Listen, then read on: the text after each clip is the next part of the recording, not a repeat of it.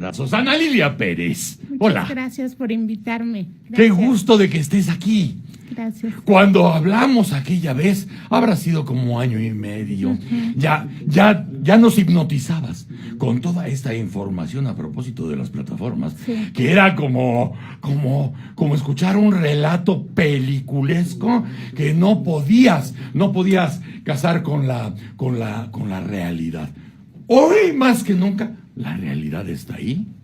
La vida no solamente te da la razón porque siempre la tuviste, sino pone esta realidad en tercera dimensión. Pues siempre estuvo ahí la Ahí realidad, está, pero así es. a muchos convenía que no se reflexionara, que la gente de fuera de la industria petrolera no se diera cuenta de cómo estaba esta rapiña a todos niveles, porque eso es una rapiña desde las altas esferas hasta el trabajador que dice, la lógica era, si el de arriba roba, porque yo no robo. Y así es como empezó el huachicoleo en Pemex. Que es toda una industria, una industria alterna, pero tú dices, claro, tiene que estar comandada por jefes, capitanes, generales de esa industria y alternas, y va bajando hasta el último, hasta el último eslabón de la cadena, que muchas veces es pues de aquí completas tu chivo, o te disciplinas o no estás, güey. Y eso ha pasado, gente que no se disciplinó, hay desaparecidos en la industria petrolera, trabajadores que habían pedido protección porque los cárteles los presionaban a colaborar con ellos. Robos se negaron y están desaparecidos esos trabajadores, sobre todo en la cuenca de Burgos, en la zona norte del país. Tú estuviste advirtiendo en tus libros, en tus entrevistas, en tus conferencias, estuviste advirtiendo el asunto como una cosa real, una cosa tangible. Hoy ya más o menos la gente, por lo que está pasando, puede darse una idea que el huachicol ha crecido ya a alturas dimensionadas a las del narco, o quizá más rentables que el propio narco. Fíjate, Víctor, y justo yo me acordaba de este pasaje que recojo en el libro El Cártel Negro. El Cártel Negro es un libro que se publicó en 2011. Sí. Sexenio de Felipe Calderón. Ajá. La tesis de este libro es, el subtítulo lo dice, cómo el crimen organizado se ha apoderado de Pemex. Sí. Y en este libro se planteaba ya toda una estructura, voy trazando los eslabones de esta estructura de crimen organizado que empieza con el empleado de Pemex ordeñando, sí, manipulando válvulas para hacer conexiones permanentes. La gente ya tiene que quitarse esa idea de que el huachicolero es el que llega, hace la perfora como si fuese de plomería. Exacto, sale, mete su manguerita, le chupa eso, y llena bidones, ¿no? Es el término que se usaba en la industria, pero el huachicolero empieza cuando se habla de esta ordeña de mayor escala, de esta ordeña dentro de los ductos. El gran problema son las permanentes, claro, que ahí viene esa lógica de cerrar el ducto. Pemex tiene una red de poliductos por donde se transportan los distintos refinados. Lo que habían hecho estos huachicoleros era poner conexiones permanentes. Pones ahí tus conexiones, tus válvulas, las manipulas a libre albedrío. Es decir, cuando va tu flujo normal, en el camino va repartiendo sí, lo ilegal. Va a parar a bodegas, a depósitos, a gasolineras directamente. Hay empleados de Pemex, funcionarios, socios, a quienes directamente llegaba en la distribución del ducto. Y viene luego lo que llaman la toma caliente, que sí es esto que hace Perón un plomero, no cualquiera puede hacerlo. Se hace una perforación por muy en caliente, de aquí viene esta expresión nuestra mexicana, algo en caliente. Ajá. Pero para hacer esa toma en caliente... Pero la toma en caliente es una variedad. Lo que nos decías de las permanentes es como las VIP. Eso son las que VIP. Cuestan un chingo. Sí, en estos tiempos, un operador de esas válvulas que entre ellos se conocían como el tapiñero, ya se sabía, consígueme un tapiñero, así, con esta acentuación. Cobraba 150,000 pesos por conectarte una válvula. ¿Quiénes eran? Los técnicos expertos en manipulación de válvulas.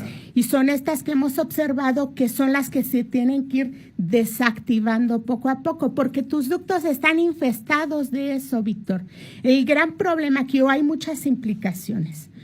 ¿Quién tenía esos atlas de ductos de Pemex? Y esa es información clasificada como confidencial. Pemex y las áreas de seguridad nacional. Sí. En la administración de Felipe Calderón se decide compartir esos atlas con gobernadores y alcaldes. Pero valga. Y entonces ves cómo se dispara el robo. Pero parece una acción a propósito de incentivar la otra industria alterna. Bueno, aquí tenemos un problema que fue creciendo, yo lo digo así tajante, que es un Pemex dentro de Pemex, pero operado por el crimen organizado. Y ahora que dices, si se convirtió en más negocio para el narco, por supuesto. Sí. Y desde el año 2011, yo ya lo había dicho. Es más barato, ¿no? Desean los narcos. Y te lo digo por diálogos con gente de los Zetas, que le decían a los militares que custodiaban los ductos: nuestro negocio es el narco, pero está muy flojo y aquí ganamos más. Entonces, en este libro, una de las tesis que se comprueban es cómo cuando oficialmente el gobierno decía que estaba una guerra contra el narco asociado con gente de Pemex, con grupos empresariales, con transportistas, con contratistas, estaban ya teniendo sus propias franquicias gasolineras, estaban mandando el hidrocarburo robado a Estados Unidos, se lo vendían a las empresas que antes le compraban a Pemex. Así no le compres a Pemex, cómprame a mí, yo te doy más barato mucho y te lo mando más en friega. Mucho más barato, más efectivo. Por eso es que en este tema el asunto del lavado de dinero es algo medular. Pero, Víctor, el cártel negro ya identificaba gasolineras de gente de los cárteles de la droga. Sí. Gasolineras que lavaban dinero. Claro. Y en este libro se decía que ya había muchas gasolineras que habían dejado de comprarle a Pemex para comprarle a los ordeñados. ¡Tal cual! Y entonces cuando tú ves lo que hoy es como quitarle un velo a algo que siempre estuvo documentado aquí. Y este libro se hizo incluyendo esos expedientes internos de Pemex que se clasificaron como confidenciales.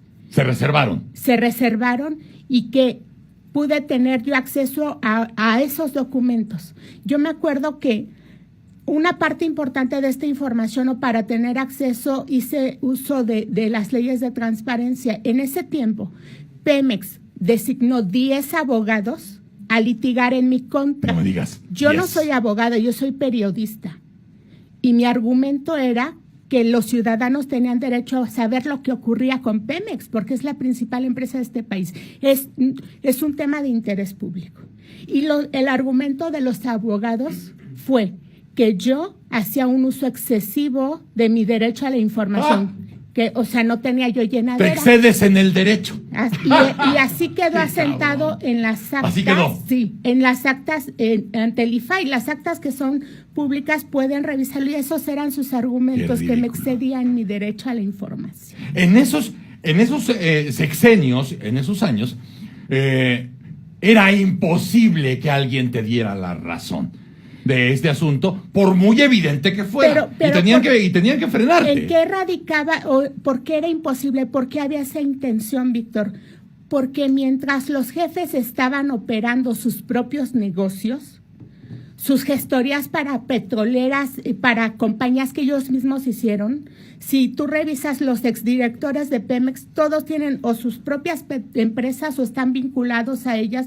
Estaban los señores muy ocupados haciendo sus negocios en la misma torre donde quienes tenían a su cargo el área de ductos, en el mismo edificio, sí, estaban operando la ordeña a gran escala. Entonces, ¿a quién no le interesaba? Pues a los mismos cómplices de todos estos hurtos. Pero además, cuando el narco se mete al asunto, realmente no hay inversión del narco. Nada. O sea, todo es para el campeón. Y no solo eso, hay casos de gente de Pemex en las regiones petroleras que llega y le dice el narco, y eso está dicho ya desde que salió este libro. ¿Sabes qué, mijito? Tu plaza es mía. Vas a firmar tu renuncia y la va a tener porque el narcotráfico tiene empresas contratistas claro. de Pemex, Sí. empresas fachada, todo este rollo Es corporativo. Víctor, todo este rollo de las empresas fachada, Sí. de las facturas falsas, toda esta modalidad que después se generó en lo que llaman las estafas al gobierno, Sí. fue hecho, construido. Ese es el modus operandi. Aquí está el modus operandi. Todo lo de las empresas fantasma que todo. luego vemos con los gobernadores. Aquí yo estoy documentando. La inauguración empresas, es en el narco. todo y operado, su prueba fue en Pemex, pudieron hacerlo a gran escala y después salpicaron otras áreas de gobierno. Porque además supimos y vimos cómo se diversificaba el narco. Así es. ¿No? Así vamos a ir en la guerra contra el narco y aquellos que no son pendejos, vamos a diversificarnos. Sí. Se hicieron amos del secuestro, se hicieron amos de la extorsión y desde luego cuando los Zetas se hacen cargo de las plazas del Huachicol, llegando como dice Ana Lilia, oye, tú ya no operas aquí, va a operar el señor y le rindes cuentas. Así Sabemos quiénes son tus hijos, dónde estudian, dónde está tu señora y cómo se llama. Así tranquilo. Te cuento una historia que se documenta en otro de mis libros, Pemex RIP. Heriberto Lascano, Sí. el Lasca, Sí. Fue el hombre que más llevó las operaciones de los Zetas en el ámbito petrolero. El Directamente, Lasca. directamente. Él hacía reuniones en la zona industrial de la refinería de Tula. Sus reuniones ejecutivas eran para ordenar el monto que le tenía que pagar cada huachicolero al cártel. Y el huachicolero, entre ellos había discusiones porque unos querían dar más barato el producto. Pero esos huachicoleros son empresarios del sector petrolero. Claro. No te estoy hablando del empistolado que llega, que esa idea no, así no opera el crimen organizado en la industria. Empresarial.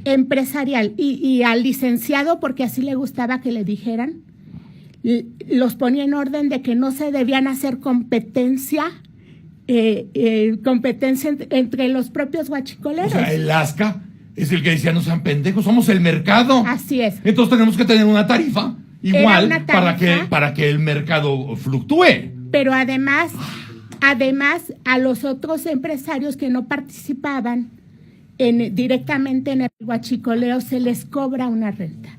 La gente de la industria paga derecho de piso.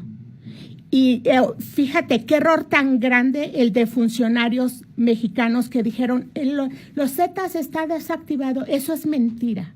Los Zetas han operado y otros grupos de los cárteles de la droga, el mercado